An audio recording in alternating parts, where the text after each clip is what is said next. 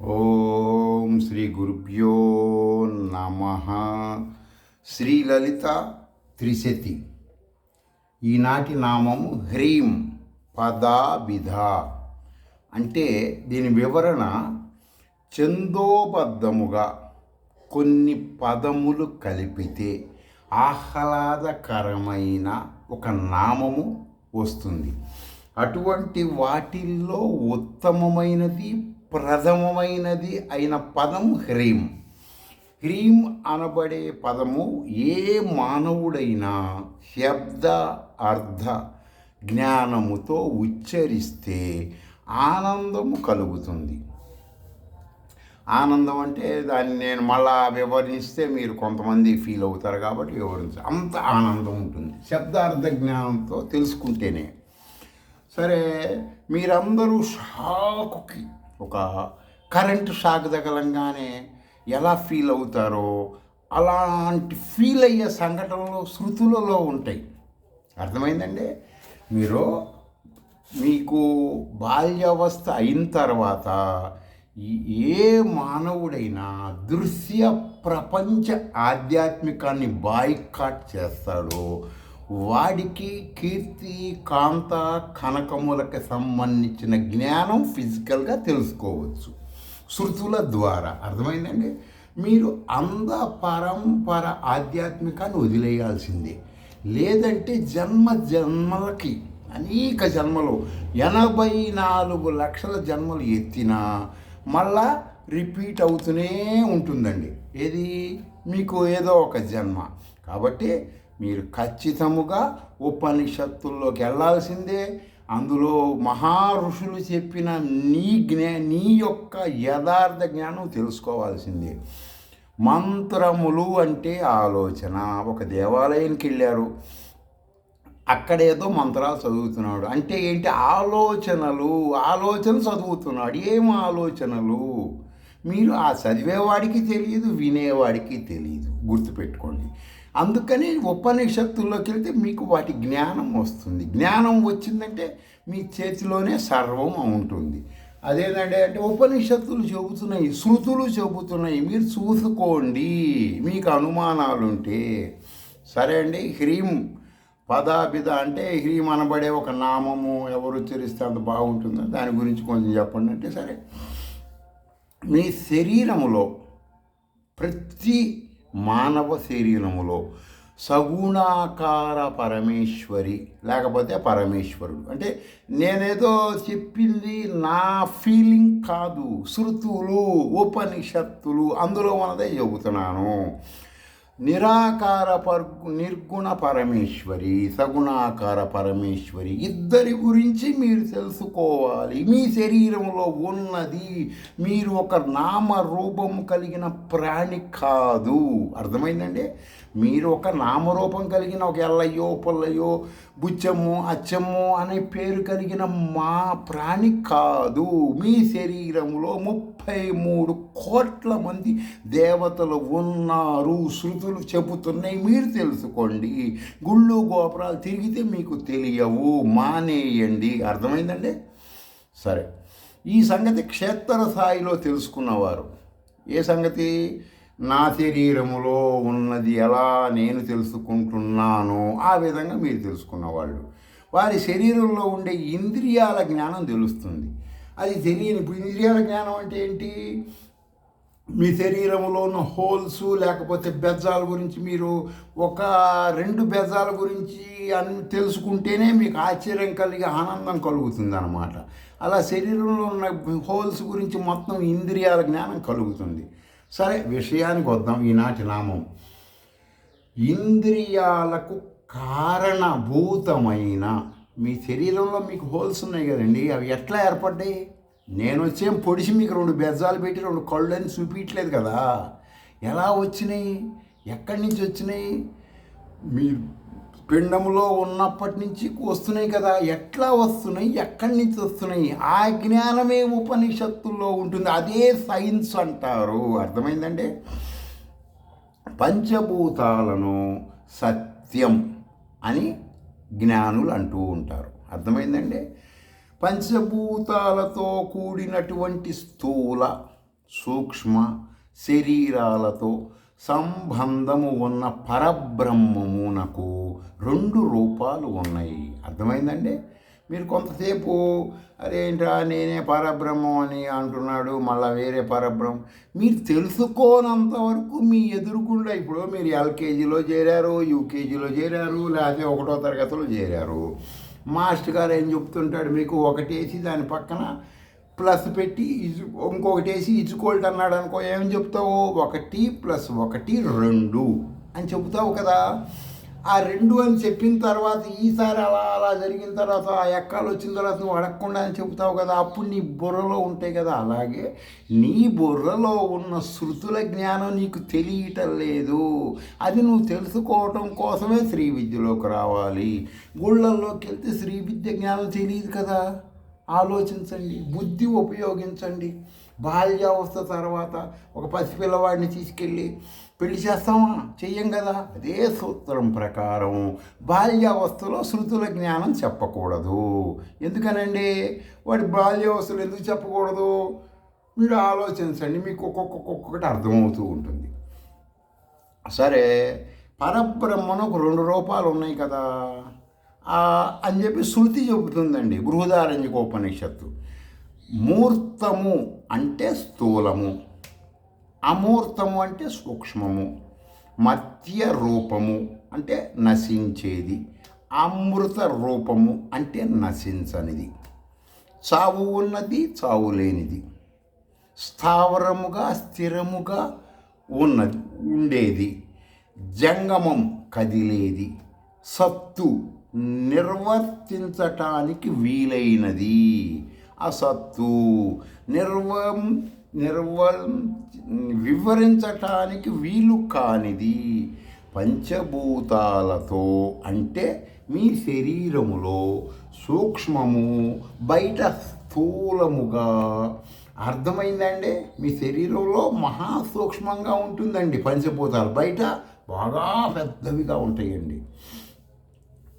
ఈ 3 మూర్తములు అంటే ఒక విగ్రహాలుగా భావించుకోండి. స్థూలమైనవి, స్థావరమైనవి, నాశనమైపోయేవి. ఇవి చక్షురాది ఇంద్రియాలకి గోచరిస్తాయి. వీటిని వివరించటానికి వీలు అవుతుంది. పలానా దేవుడు పలానప్పటి నుంచి ఉన్నాడు, పలానంతకు ముందు లేడు అంటే పలానా ఆయన కనిపెట్టాడు అని ఉంటుంది. భగవంతుడు అనబడే పరబ్రహ్మాన్ని ఎవ్వరూ కనిపెట్టలేదు. ఆది నుంచి ఉంది, అంతమైనా ఉంటుంది. అర్థమైందండి? ఫిజికల్ ఆధ్యాత్మికం ఎవరో ఒకళ్ళు ఎప్పుడో ఒకళ్ళు ఏవో కారణాలతో క్రియేట్ చేశారు.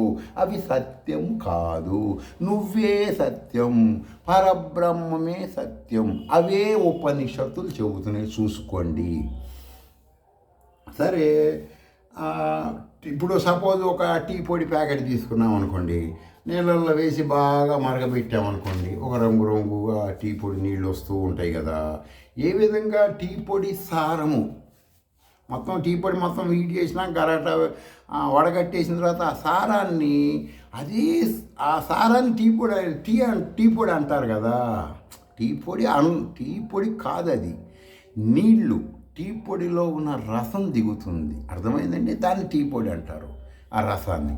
అదే సూత్రం ప్రకారం పృథివీ, జలము, అగ్ని, ఈ 3 సారమే ఆకాశములో సూర్యుడు. అర్థమైందండి? ఆకాశంలో సూర్యుడు ఎవరు? నీలో ఉన్నటువంటి సూక్ష్మ రూపంలో ఉన్నాడు కదా సూర్యుడు. అదే సూర్యుడు బయట పెద్దదిగా ఉన్నాడు కదా. ఏంటి ఈ సబ్జెక్టులు? ఒక్కసారి బుద్ధి ఉపయోగించండి. ఎడమ చెవితో ప్రవచనాలని కుడి చెవితో వదిలేసినట్టుగా ఉపనిషత్తుల జ్ఞానం అలా చెయ్యకూడదు. విన్నది మెదడులోంచి మనసులో నుంచి మననం చేస్తే తెలుస్తుంది. ఈ సూర్యుడి వలనే ఈ 3 విభజించబడుతున్నాయి. నీ శరీరములో పంచభూతములైన మిగిలిన రెండు, వాయువు ఆకాశము, నీలో సూక్ష్మము బయట సూక్ష్మం, బయట స్థూలము, అమూర్తాలు అంటే వ్యక్తం చేయలేని భగవంతుడు ఎలా ఉంటాడో తెలియదు. నిన్ను నువ్వు పొగుడుకోలేవు కదా, ఆ విధంగా అన్నమాట. అస్థిరము, నాశనము లేనివి, వివరించటానికి వీలు కానివి, వీటి సారమే సూర్యుడిలో ఉండే పురుషుడు. ఇందాక సారము సూర్యుడు అని వివరించారు కదా, ఇప్పుడేమో సూర్యుడిలో ఉండే పురుషుడు లేక శక్తి లేక పరబ్రహ్మము లేక ఆత్మస్వరూపము లేక విశ్వ చైతన్యము, దీనిని ఆది దైవిత విషయము. అర్థమైందండి? సూర్యుడు వేరు, సూర్యుడిలో ఉండే పురుషుడు వేరు.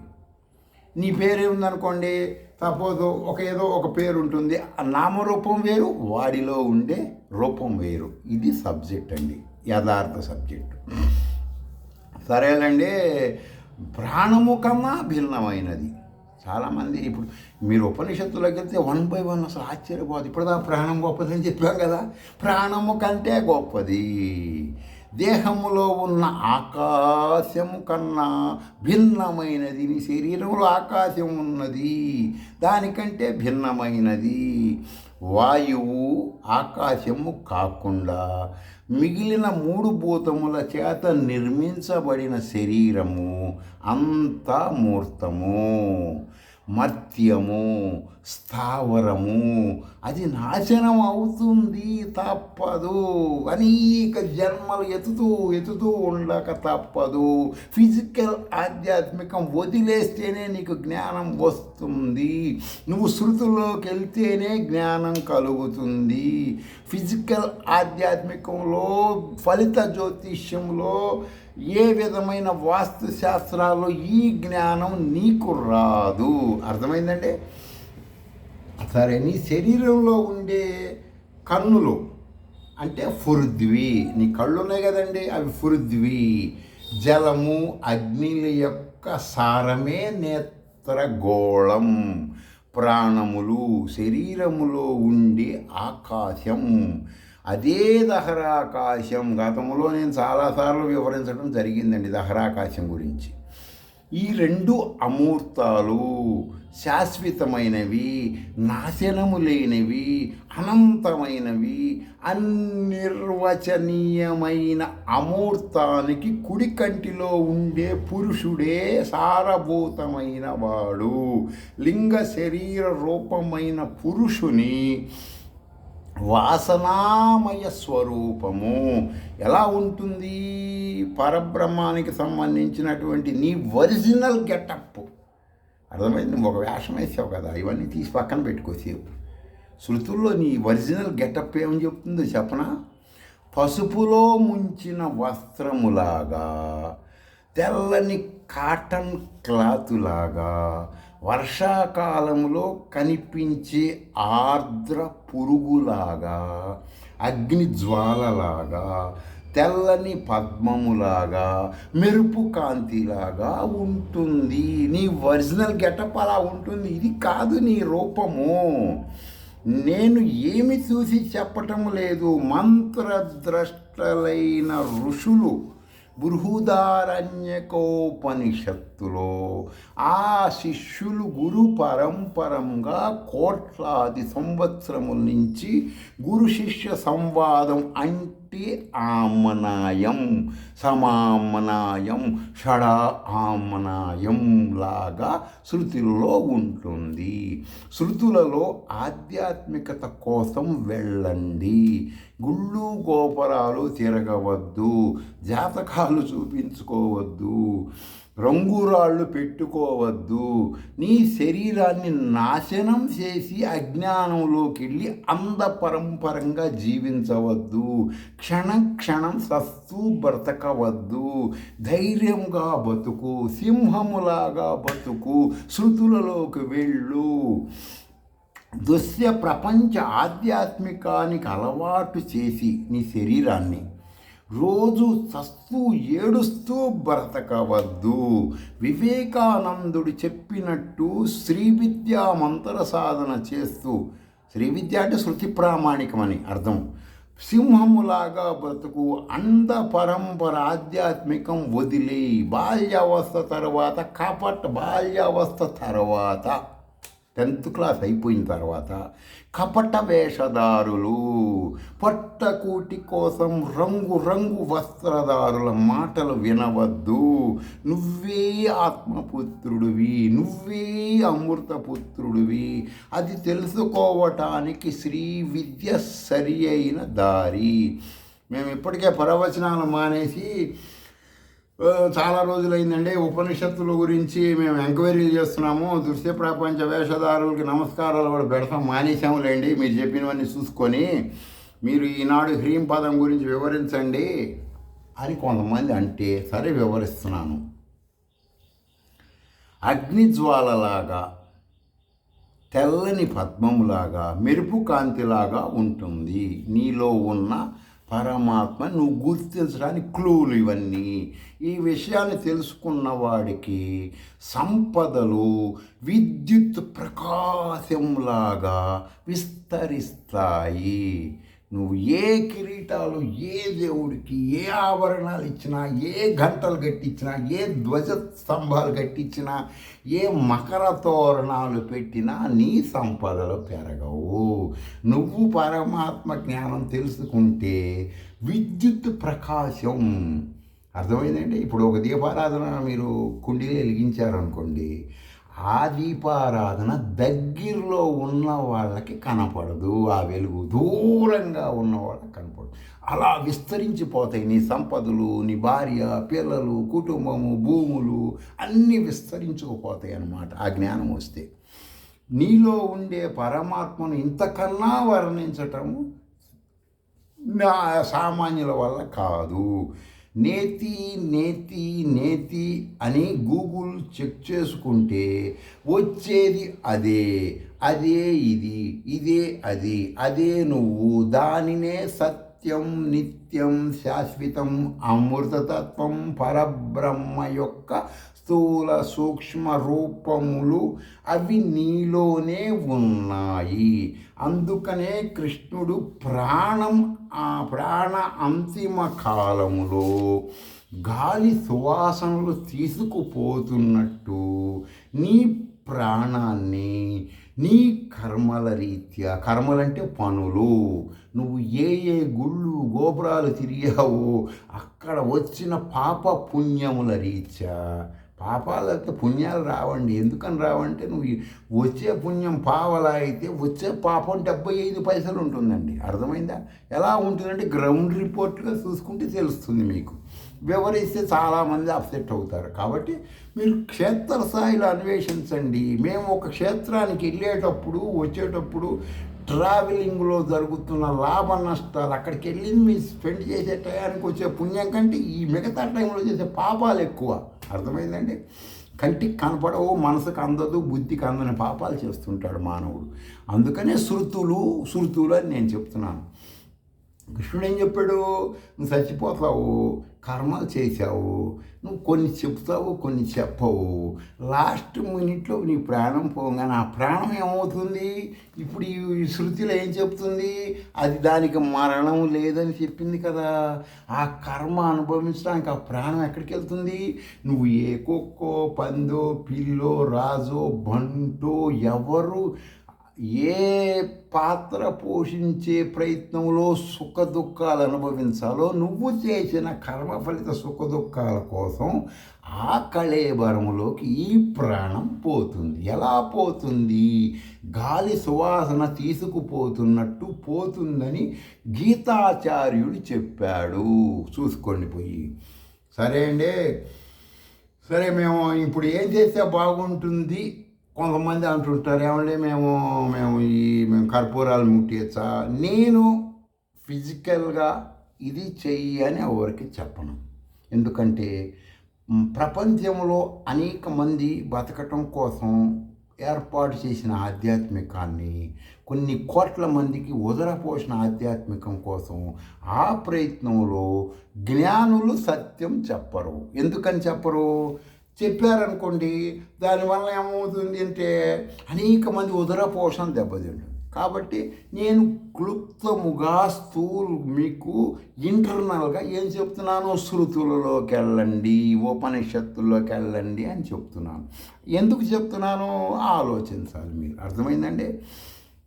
సరే, నీకు ప్రాప్తించినటువంటి శరీరంలోకి నువ్వు వెళ్ళిపోయేటువంటి అప్పుడు వెళ్ళటం కోసం మంచి శరీరం ఇప్పుడు అనుభవిస్తుంది మంచిదా కాదా అని నీకు తెలుసు.